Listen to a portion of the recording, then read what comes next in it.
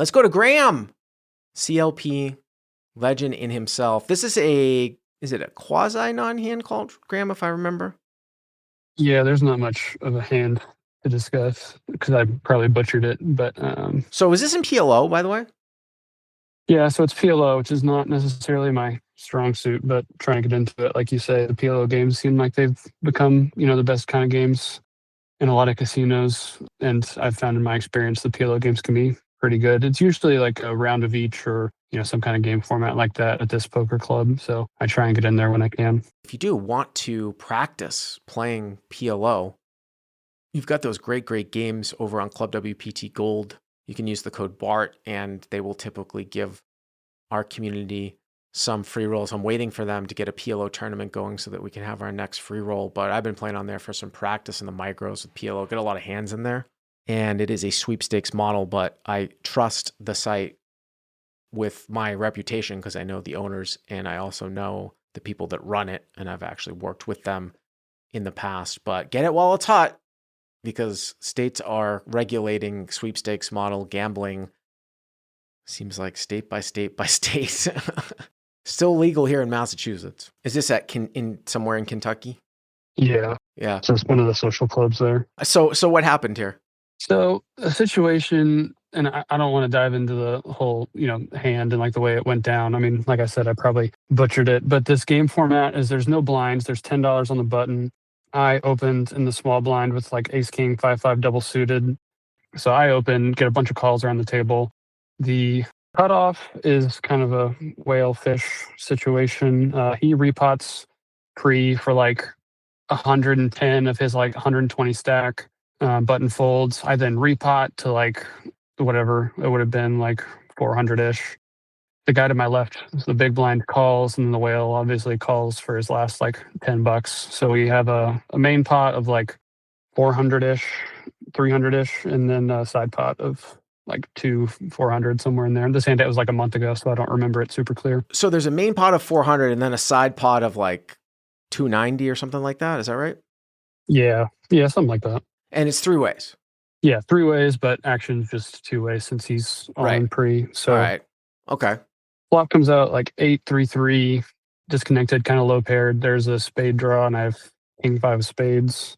I bet 400, and the guy to my left calls. The turn is an offsuit 10, so now there's pretty big pot, like 1,000 in the side ish. I pot all in.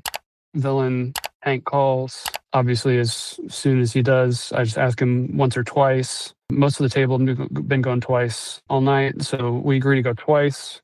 Dealer puts out 2 boards. First river is an offsuit queen. Second river is the ace of spades. So I make the king high flush on the second board. Big blind and I table. He has like ace 10, 8-8. So he wins the side for the first run. I win the side for the second run with the flush. And so the dealer has us, showdown first because we're in the side. And then she then asks the guy who's all in pre to table. He has like queen 10, something terrible. And so the dealer starts chopping the main pot. And this is where the non-hand call kind of starts, where this guy now speaks up and says, I never agreed to go twice, and insists he should get the entirety of the main pot. So this hand goes down where in PLO, there's a short stack. They basically gets it all in pre-flop, but you are in a hand with another large stack. So you guys are building a side pot. So this guy's all in, there's a main pot, and then after the flop, you've got a bunch of money. So now there's a side pot. And on the flop, you bet, and then your opponent calls. And then on the turn, you move all in, and your opponent now calls. And then you guys on the side discuss whether or not you want to run it more than once, and you decide that you want to run it twice. Now, this is kind of interesting because I never thought about this. Usually when you think about the short stack who's already all in on the pre-flop, that everybody decides whether they want to run it more than once, like pre-flop or on the flop, as opposed to getting to multiple streets like you are here on the turn. And now the short stack asking if he wants to run it more than once. However, you guys had sort of forgotten about the short stack. You both agreed to run it more than once, but nobody ever asked the short stack whether he wanted to run it more than once. This is to the turn to the river, right? To the turn to the river. So you run it more than once and you lose the first one, but you win the second one. And then all of a sudden the short stack pipes up and says, I didn't agree to run it more than once.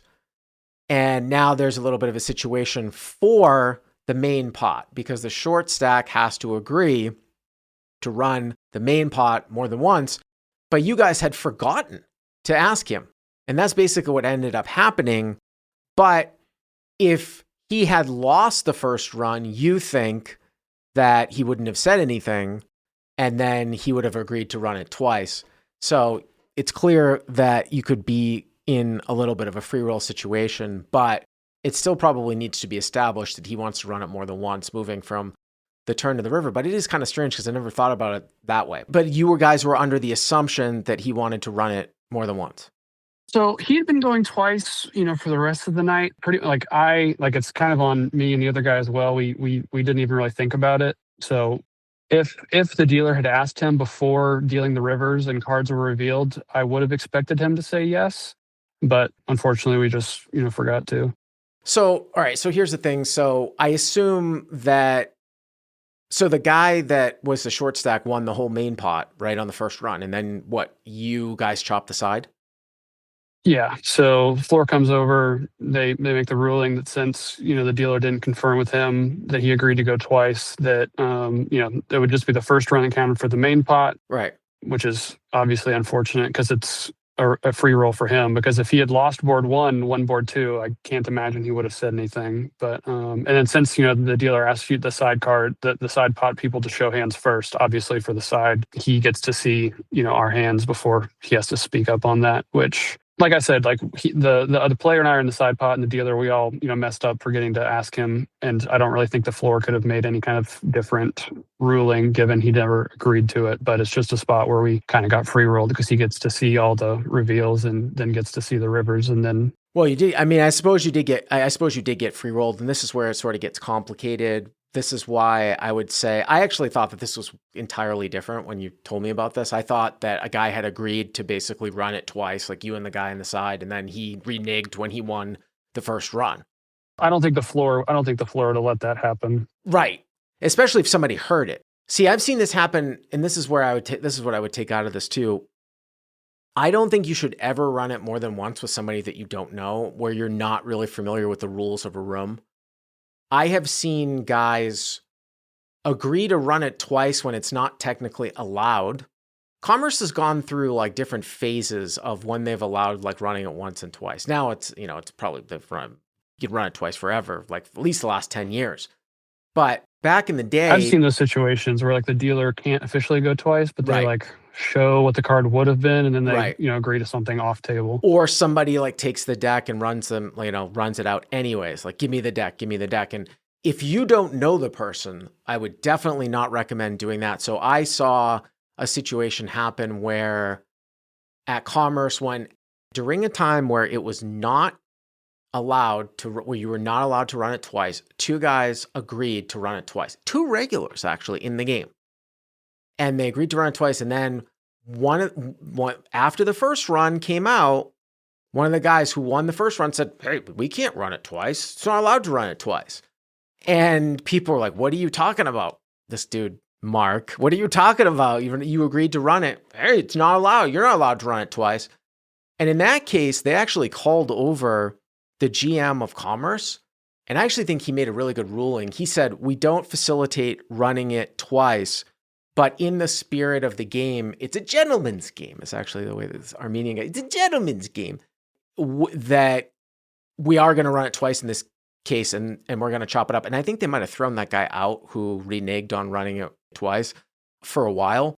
So in that case, I think that's a really good decision by the casino because everyone knew the guy had agreed to run it twice, even though it wasn't necessarily allowed. And then he reneged. And then I saw some guys come through that they were known anglers where they would do that in big games and then just get thrown out, but it only takes one time. This guy agrees to run it twice, wins the first one, and then says he's entitled to the whole pot, or, gets into a situation where he free rolls a guy. Now, just as a thing of note here. The one time I get asked this question a lot, and I'm going to try to explain it as best as I possibly can. Whenever you run the cards multiple times, it does not change the equities at all. I've done videos on this. There's a huge misconception amongst usually recreational players that somehow, like, if you know what somebody has, you have some sort of edge whether or not you're going to run it once or twice. That is just simply not the case. And when I try to explain to people, because I've seen this happen a few times, where somebody agrees to say run it twice, and then they change their mind before the cards come out. Meaning like, hey, Graham, we'll run it twice. Oh, you've got a top set. All right, never mind. I'm just going to run it once after I see what you have, okay? That also doesn't change anything. People just don't understand that that doesn't change anything. Now, if you want to call it some sort of, I wouldn't call it a scummy move. It's not an angle, that's for sure. You can't have an angle when you don't get any advantage. If Graham has top set and I have bottom set, and instead of like me thinking that he's got an overpair, I only have one out. So I just, because I saw this happen at Live at the Bike with Harry and Chris, and I said, well, I'm just going to run it once because I can only win it like one time. That doesn't change the equities. And I saw this exact thing happen on Live at the Bike where Harry had like a pair and a backdoor flush draw. He had like top pair and Chris had a set. And they agreed to run it like more than once. They agreed to run it twice. And then Harry was like, oh, you got a set? Oh, I'm just going to run it once. But it happened like so quickly. There was a question of whether or not Harry actually saw the turn card come out. I don't think he did. And of course, what ended up happening was that the backdoor came in. So he agreed to run it twice. Then he said, no, just once. And he made the backdoor flush with one pair against the set, like a 2%er. And then Chris apparently complained to the casino and they gave him out of their pocket half the pot, which I found amazing. Flabbergasting. I think in those spots, like once two people agree, it's in like bad etiquette to go back and change it unless someone sees they're like That's drawing dead. Right. It's bad as etiquette. long as there's no confusion with the dealer on what's going to happen. Right. As long as, there's no talking about this once the dealer has a turnout or whatever, like I wouldn't like call that an angle or anything. And by the way, I botched the hand history because people in the comments are saying the guy had a boat. He did not, but I did the hand history. Yeah, the hand history doesn't matter. But there's something else to add to this too, though. So I saw that happen. I was absolutely flabbergasted that the bike gave Chris like half that pot because it just goes to show that the management knows absolutely nothing about poker. But there is a time when running it more than once will actually change the equities, where it technically shouldn't be allowed. And you can give me your take on this, Graham, because I go a little bit either way, because if you know it can happen, then maybe it's still between the players anyways. But if you have a situation where there are multiple people who want to run it once, who want to run it multiple, let's say you're multi-way, like in your situation, and there are, say, 3 people in the pot. If all the parties who are involved with the same pot, in this case, the main pot, right, because there's one guy who's short, if they don't all agree to run it more than once, then the equities can change if you and the other big stack are still running the main pot more than once. And what I mean by that is that like you guys can run the side pot as much as you want, right? But if the short stack doesn't agree to run the main pot more than once and you guys are quote unquote running everything more than once, somebody's equity is actually going to change between you and the other larger stack. The short stack equities never changes. He's just in for the one time. So he says one time, you guys say, we'll run everything more than once. And the example that I always give is like, let's say, Graham, you had middle set, the short stack had top set, and your opponent had a draw. And let's say that your middle set, your quad card is dead. Like it's been exposed, right? You have 0% equity. If you guys run everything more than once, if the guy with the draw hits the first run, which then kills the short stack's hand, right? Because he wins with the draw, and then you win the second run, you somehow end up with half the pot, even though you had 0% equity with middle set. Yeah, which I don't like. So in that particular case, The guy on the draw's equity, he actually has equity taken away from him. He has equity kind of stolen from you. Now, if you both know that going in, you and the other guy, that it could work either way, and you still agree to run it, everything more than once, maybe it's okay. But you have to know that. I think runes should just be like very clear. Like, first of all, it probably makes it a lot easier if the rule is, only once when it's multi-way. But trying to do that, or like part of the main, like I don't like that. The rule is that all parties that are involved with all pots have to agree.